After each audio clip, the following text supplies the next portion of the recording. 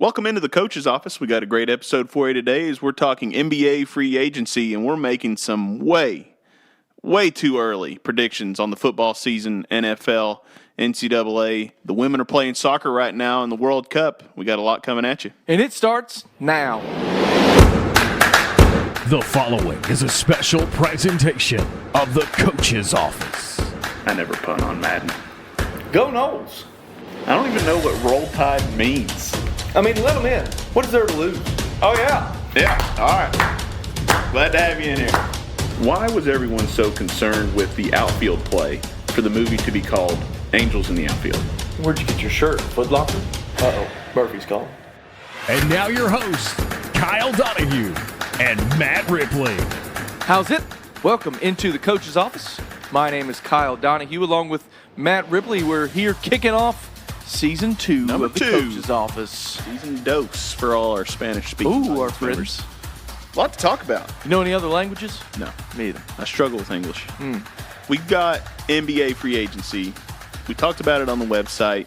We threw out some free agency predictions. We're only a few days away. Do you think the free agency pictures changed any? The Kevin Durant injury, I think, changed things a little. Klay Thompson's injury. I don't think so. Really? I think people are still willing to throw money at Kevin Durant. I would. And he's too willing to oblige. I still stand by my post. If you want to check it out, you can go to the coaches, not the coaches office, coachesofficeshow.com. There you go. Check it out. We both made our bold predictions as bold. if we're insiders for ESPN, which we're still waiting on our check. They'll call us eventually. They'll get to us. But Kevin Durant, I think, along with Klay Thompson, in my bold predictions, I'm going to go ahead and ruin, so you don't even have to read this part. That's part of it. It's just a little bit of it. Kevin Durant, Klay Thompson stay in Golden State. I don't know that that's necessarily a bold prediction. I think that's just a prediction. No, that's bold. Bold to me is Kevin Durant going to the Knicks. Oh, bolder still, The Nets. the Magic. Oh, that's wishful. That's wishful predictions. That's a different show. Sorry, I showed my bias there. I've seen a lot of talk that suggests that KD will leave.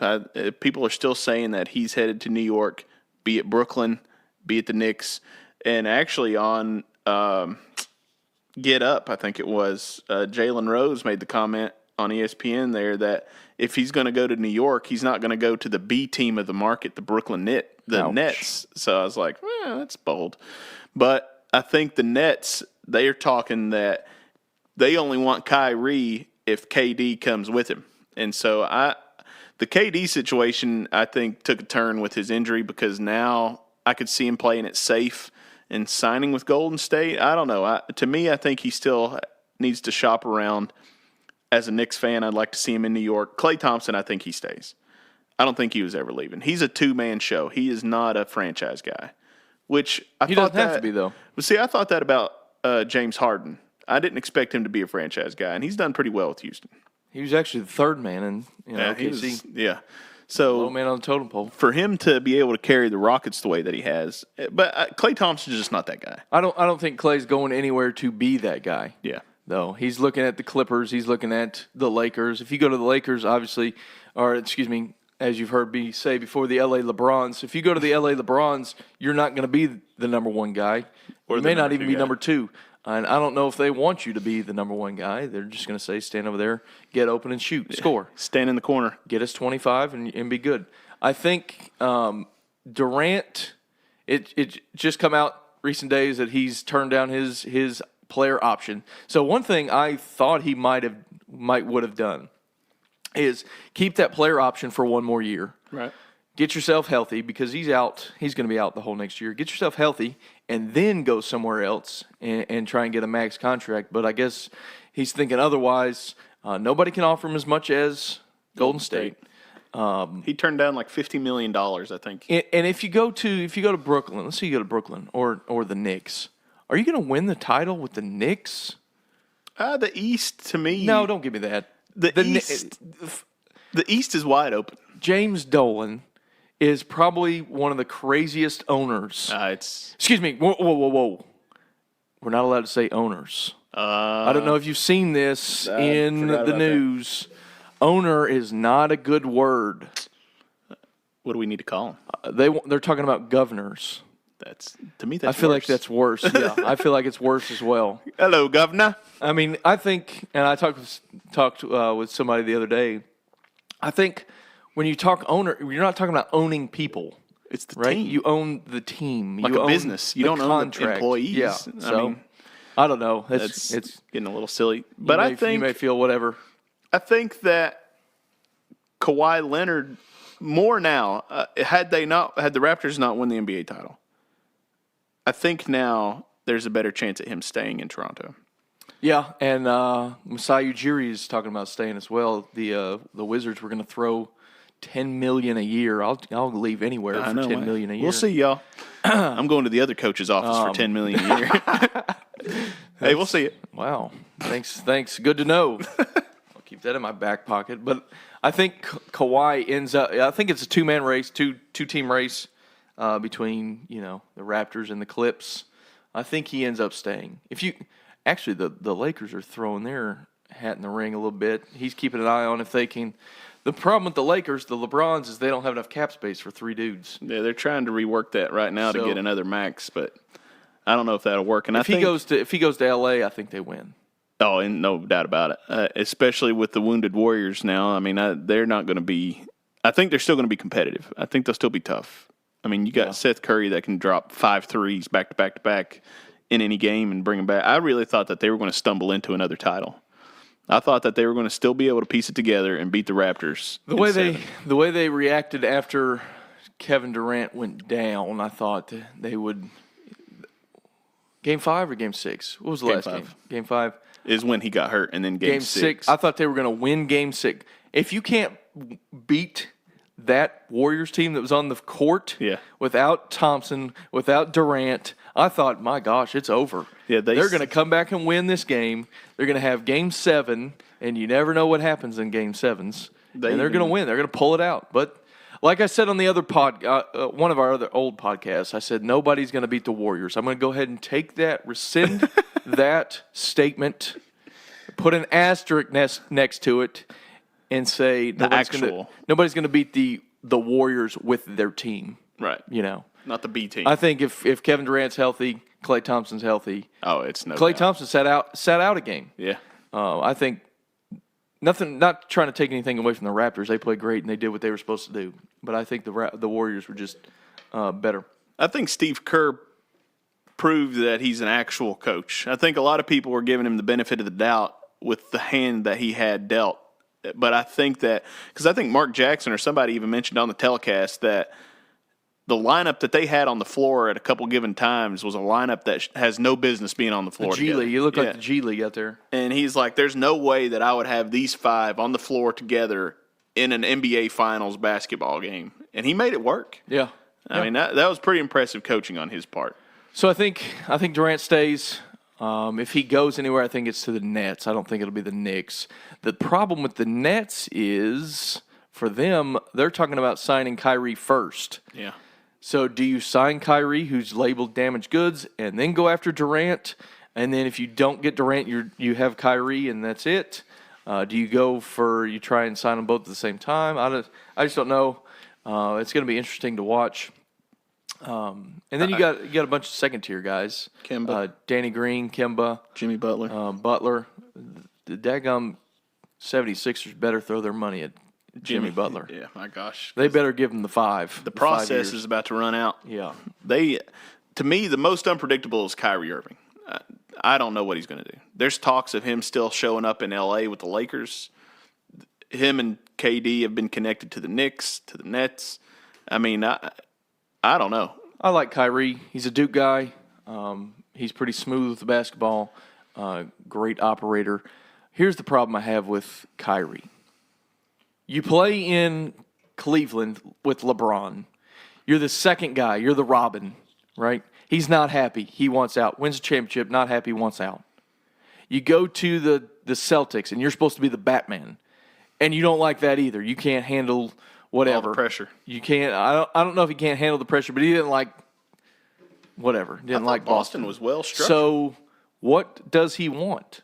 Obviously, he wants to play with another superstar, but can he handle? Does he want to handle how's that dynamic going to work? So that's something I want to see coming up this year. Yeah, I don't know. I thought the Celtics would be better than what they were. I mean, that's a pretty good young team. Yeah, I thought the Magic would too. Al Horford's going to be out there and Made the floating around. playoffs. I don't know. We're going to talk some super early, way too early predictions on Wait, it's June? Yeah, it's too early. on who we think is going to be in the Super Bowl, on who we think is going to be in the NCAA National Championship. Don't go anywhere. We'll be right back.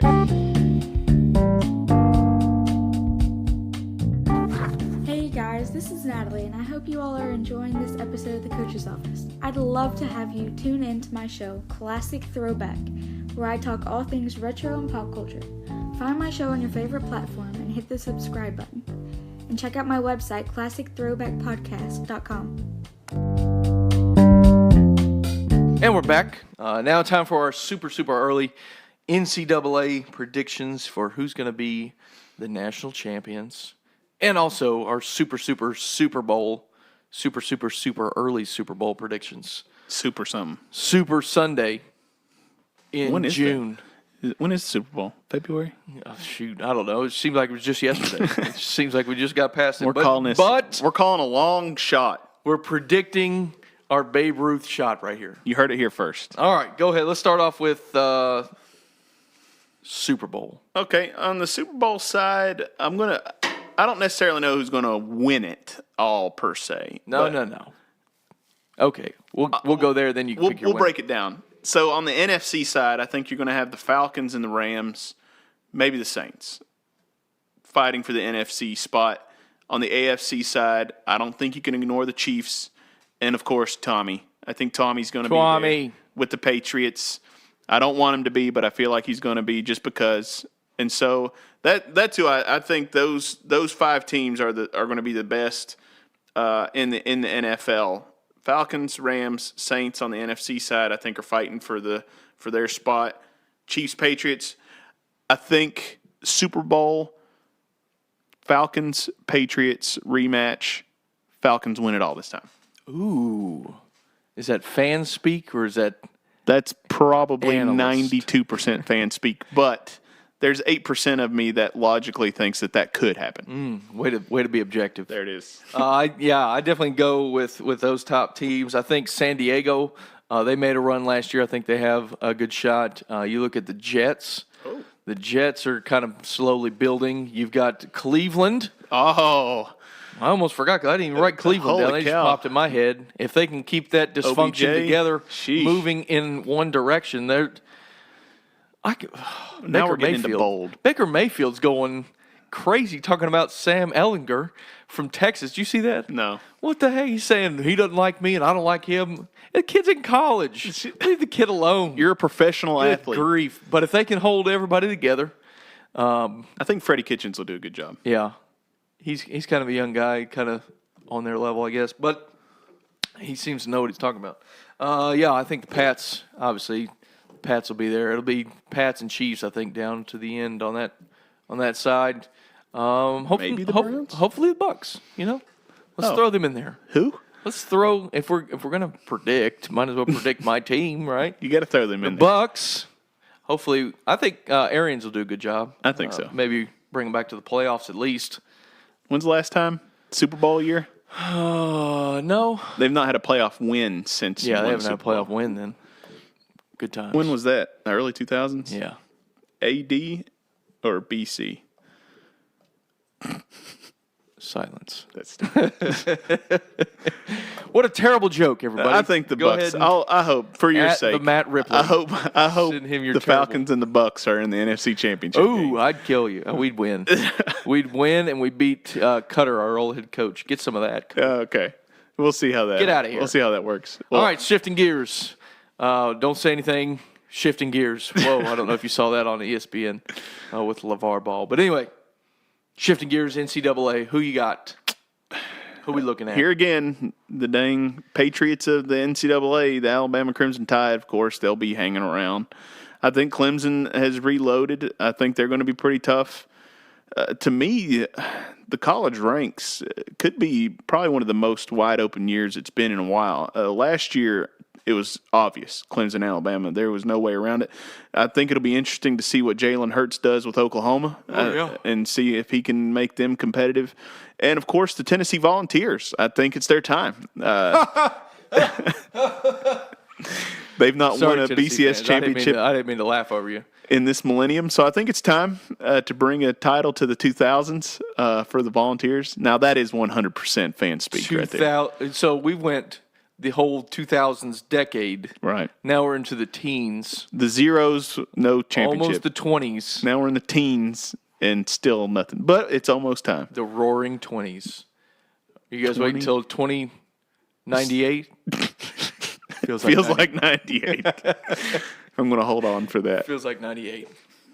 All right, bold prediction. Florida State Oh, yeah. Seminoles will not be in the Final Four. Let's just go ahead and say that. Nobody's fearing Not in the Final Four. They might make a run. I'm saying 8 wins. If they can get 8 wins, go ahead and count us back for next year. Is this what we've become? If we can get 8 wins, well, I don't know if you saw the post, the interview, not the interview, the article about Florida State. It was in way worse condition, and if you follow Florida State football, you kind of already knew this, but it was in way worse condition than originally thought when Jimbo left. He wasn't making kids go to class. There was a culture of apathy, all this, and it's going to take more than a year. You know? Oh, okay. It's going to take more That's than a a good year. excuse. I didn't think they would be very good last year, and combine that with the worst offensive line in Power 5 football, 2 of the worst individual offensive linemen in Power 5 football. Tell us how you really feel. Good grief. It was tough to watch last year. But if they can win 8 games, we're moving forward, and I think we'll be back the next year. We'll have a good recruiting group. It's tough to recruit to 5 wins. Yeah. You're speaking to the choir. Yeah, I know. That's what I was telling you. I knew you could. I'd take 8 wins. Shoot, yeah. I'd take a bowl game, the Tax Slayer Bowl or whatever. I'd love to get back to a bowl game. My gosh, I was so mad about that. But I think, yeah, Alabama, Clemson, Georgia, I think those are the big 3 right now. Maybe somebody will slip in. Oklahoma, they've proven they've got a good model. Yep. Bringing in every quarterback known to man. Texas? Could Miami? Texas make a What run? the heck's Miami doing down there in the South? Yeah, making They're some bringing. changes. They've got somebody specifically for the transfer portal, I think. Ohio State. Yeah. I mean, it's to me, it's definitely going to be a year of. You're probably going to have to be undefeated to get in. Yeah. I think you're going to have an undefeated record to get into the playoffs. Unless you play in the SEC, and we all know how that works. For those of us that don't like Go to Vols. hear the whole chant, SEC. I love our conference, SEC. even I'm though not. my team sucks in it. I'm not an SEC home. Yeah, I hate that. I'm not going to. If you're one of those SEC people, team. I just want to know why. You can tweet me at Coach Donahue, at Coach K Donahue on the Twitter. Tell me why you like the whole conference. Conference right? pride. Conference pride. I don't know. Even though my team's finishing in the top 4 of the bottom. I was going to make a Vanderbilt joke, but they beat us, so I can't really. Ouch. I can't make a Kentucky joke either. What's happening? What world am I living in? Whatever. I'm shrinking in my seat. Now we're the doormat. Of We lost to Syracuse. I don't want to hear it. Syracuse ain't bad. Whatever. Anyway, we got soccer going on. We're going to talk Women's World Cup right after this. Women's World Cup. Matt and I would love to hear from you inside the coach's office. Join us on Facebook at the coach's office or on Twitter at @coaching_office. Tell us some topics or things that you'd like for us to discuss on upcoming episodes. Also, if you're on Google or iTunes, go ahead and hit the 5 stars. Now, it's time to head back inside the coach's office. All right, welcome back to the show, and we move into the World Cup side of things as the women's team, the women's national team, makes it into the round of 8, and they will be taking on the number 4 team in the world, France. Vive la France. And I think they're going to have their hands that. full. I don't really mean that. Yeah, number 4. Not to put anything against our girls. They're number Struggled against 1. Spain a little bit.